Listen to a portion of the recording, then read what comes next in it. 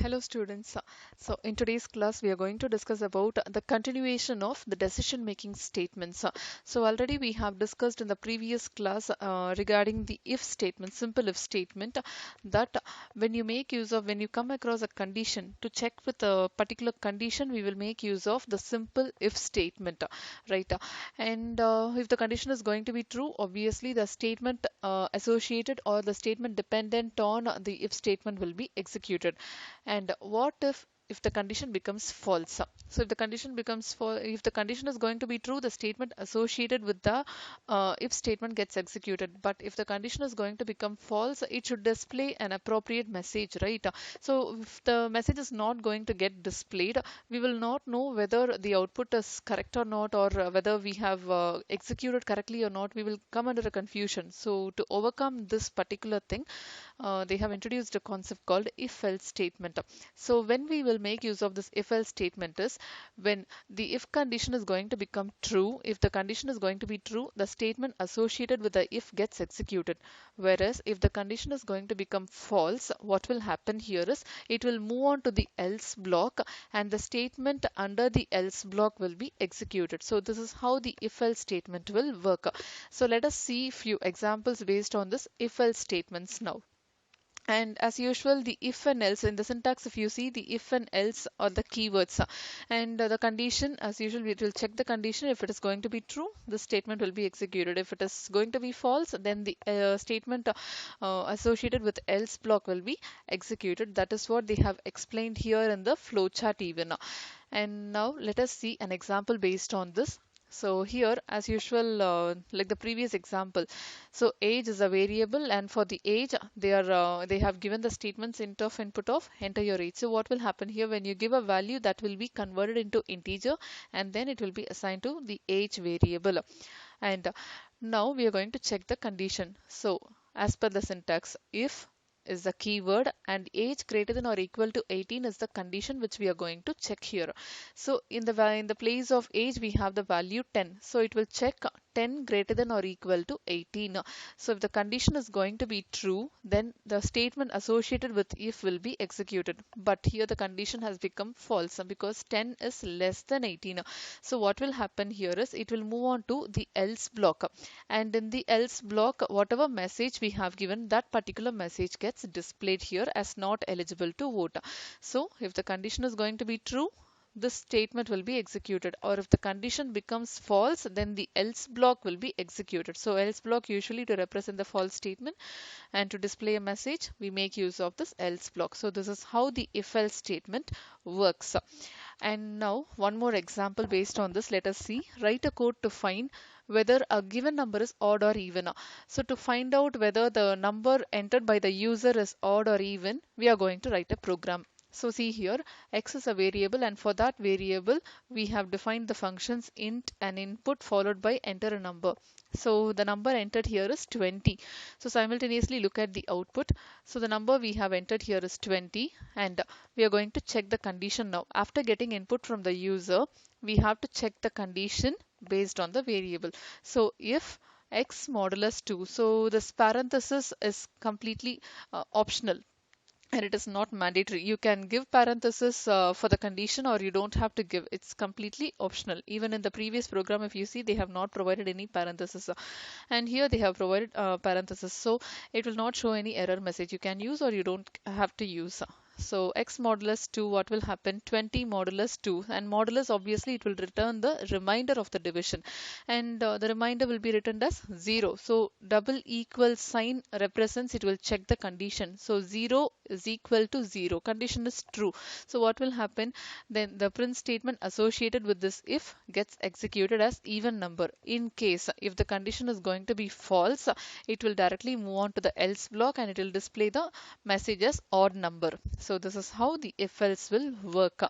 And we have seen that when we are going to check with only one particular condition, it is fine to work with if else statement, because we are checking only one particular condition. But when you come across multiple conditions, there are situations where we have to come across multiple options in certain instances. So when you're checking multiple conditions, we have to work with if elif ladder. So let us see how this works actually.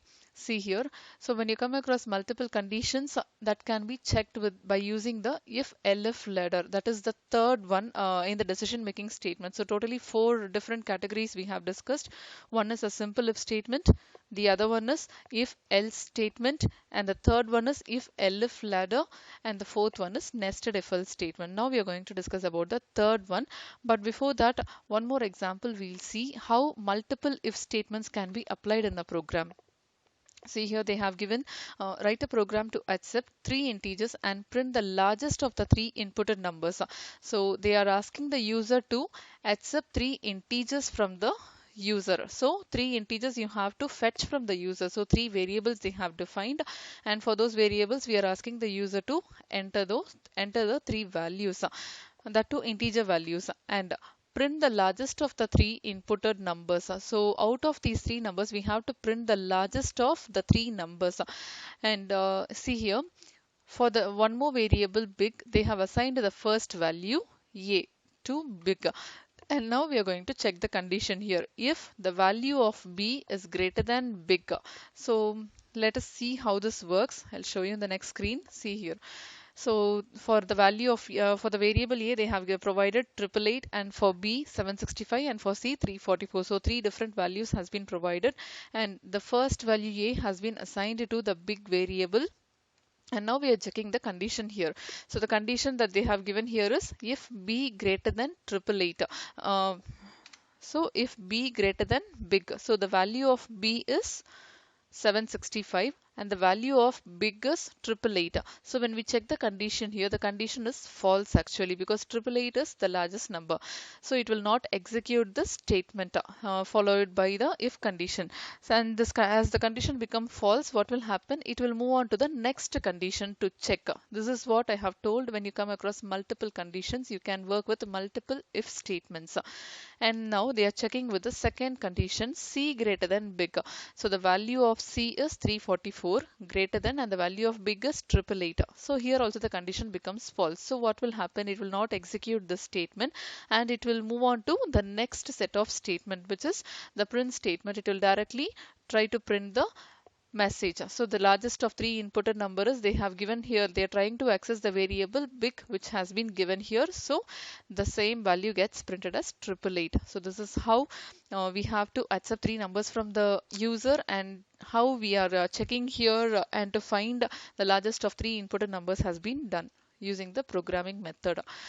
So these are also some other programs based on the if-else concept, even how to check whether a number is divisible by another inputted number or not. So much similar to the previous program, odd or even program. And then this is one such program regarding the bus number. So a bus number is nothing but the number that ends with 7, and the number which is divisible by 7 is called as the bus number. So here they are fetching the input from the user. So once the number has been entered by the user, here they are checking the condition using the OR operator. So OR operator, according to the OR operator, it is not that it should satisfy both the conditions. If one of the condition is going to be true, then the result will be returned as true. So it is enough that if one condition gets satisfied with the help of the OR operator. So here what they have done is num modulus 10 doubly equal to 7, or num modulus 7 doubly equal to 0. So let us see what number they have given at first.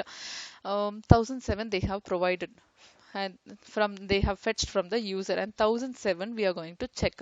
So 1007 modulus 10, if you divide, the result that you get, they will check here with the value they have given here. So if it is going to be equal to 7, or when you or based on the reminder, if it is going to be 0, then this particular message will be displayed as the number is a bus number. So 1007 is a bus number as the number ends with 7. So this is a bus number. So this is how they will calculate. So it is enough that when we make use of the OR operator, it should satisfy at least one condition. But in case when we make use of AND operator, it should satisfy both the conditions. So let us see how these things works. And now we are going to discuss about the third statement in the decision making statement, which is if elif ladder. So if elif ladder means when you come across multiple conditions, as I have told you, when you're going to work with one particular condition, you can work with if else statement. But when you are working with multiple options or multiple conditions, if you have more than 2 to 3 conditions in a program to be checked, you have to work with if elif ladder. For example, you can take the grading system. So for grading system, we will have grades from A till E. So when you consider the A grade only from 90 till 100, the A grade will be allocated. So that is one condition. And from 80 to 90, that will be considered as B grade. And for that, we will consider as the second condition. And for third condition, again, we will move from 70 to 80, then 60 to 70. So like that, it varies. So we are coming across multiple conditions, right? In that case, we can work with the if elif ladder. So let us see how this works now. So look at the syntax. So what will happen here is, first it will check with the if condition. If the first condition is going to be true, then the statement associated with the if condition gets executed. In case if and the rest of the statements followed by the if condition will be bypassed, which means this will not be considered at all. So if the first condition is going to be true, then the rest of the ladder, that is the rest of the elif condition else block, will be bypassed and it will not be executed at all, and it will not check the condition at all, because we are getting the first condition itself true. Means why do we have to check the other things? So it will skip everything. In case if the first condition is not going to be true, it will move on to the next condition to check whether the condition is getting satisfied or not. So if the second condition is going to be true, then the statement associated with this will be executed. In case if the second condition is also not going to be true, it will check with the third condition. If none of the condition is going to be true in the program, what will happen? The final else block will be executed. So what is happening here? From the first statement, the condition will directly jump to the last statement. So it will check everything. If none of the condition is going to be true, the last else statement gets executed. So this is how this if elif else statement will work. So just look at an example based on this. Here they have given to accept the percentage of a student and display the grade accordingly. So we have to accept percentage from the student and we are going to display the grade according to the percentage. So see here, percentage variable, float of, input of. As percentage will always you will get it in the form of fractional values. We have used the floating point data type here. Input of, enter percentage of the student. So what they have done here, they have entered the percentage of the student as 78. Now we are going to check the condition. If percentage greater than 85, the very first condition. So 78 greater than 85, they are checking the condition. Over here, see, 78 greater than 85, the condition is false. So it will not execute this print statement, and they are next checking with the next condition.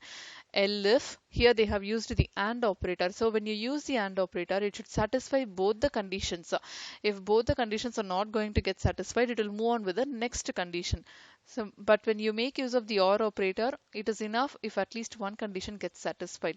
So here percentage greater than 70 and percentage less than or equal to 85. So if you look here, elif 78 is the value, 78 greater than 70 and 78 less than or equal to 85. So if you check here, it satisfies both the condition, because 78 is greater than 70 and 78 is less than 85. So both the condition has been satisfied, and what happens? The statement associated with this particular elif will be executed here as grade B. So this is how it works. So the rest of the statements are followed by the next elif will be skipped. This will not be checked, nor this will not be executed. You understood? So this is how the program will work on if elif ladder. And even if you look at this one more example, to accept salary as input from the user and to calculate the tax payable. So much similar to the previous program. So based on the salary, they are going to calculate the tax to be paid by the person. So if the salary entered by the person, if it is going to be, see here, if it is going to be less than or equal to 50,000, here where they are doing the calculation part, the tax will be calculated as 5% tax they are applying for this particular 50 less than or equal to 50,000 salary. If the salary is going to be less than or equal to 60,000, based on that the tax will be calculated. Similarly for less than 70,000, this much tax will be calculated. If none of the condition is going to be satisfied, then the last statement in the else block will be calculated, and then they will print the particular result. So this is how this if elif ladder works. So I hope you understood this class, children. Let us meet in the next class. Thank you.